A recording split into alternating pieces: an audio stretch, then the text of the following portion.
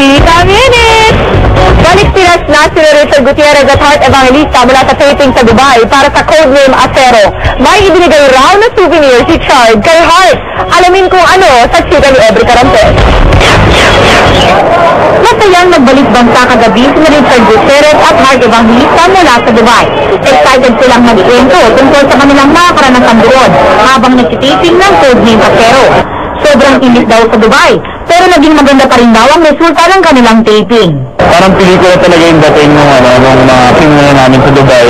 Iba yung texture, tsaka ang ganda on screen ng mga ginawa namin. Si Heart may mga eksterna para naka-belly dancing outfit at sumasayaw. Stronger at natin, siyempre, sexy siya, pero hindi dahil nagpapasexy ako, but because yun yung kultura, in-embrace lang namin at gusto namin i-share yun sa mga Pilipino. Kung ano yung sayaw doon, kung tayo mga ganyan, doon naman gano'n.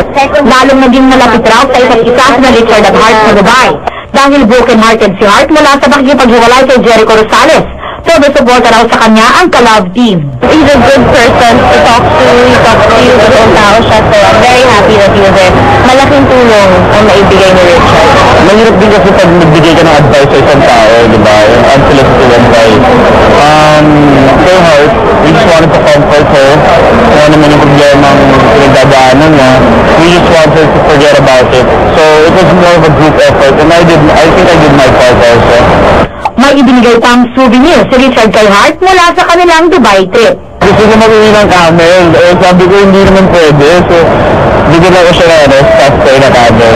Aubrey Carantes, updated sa Showbiz sa atin.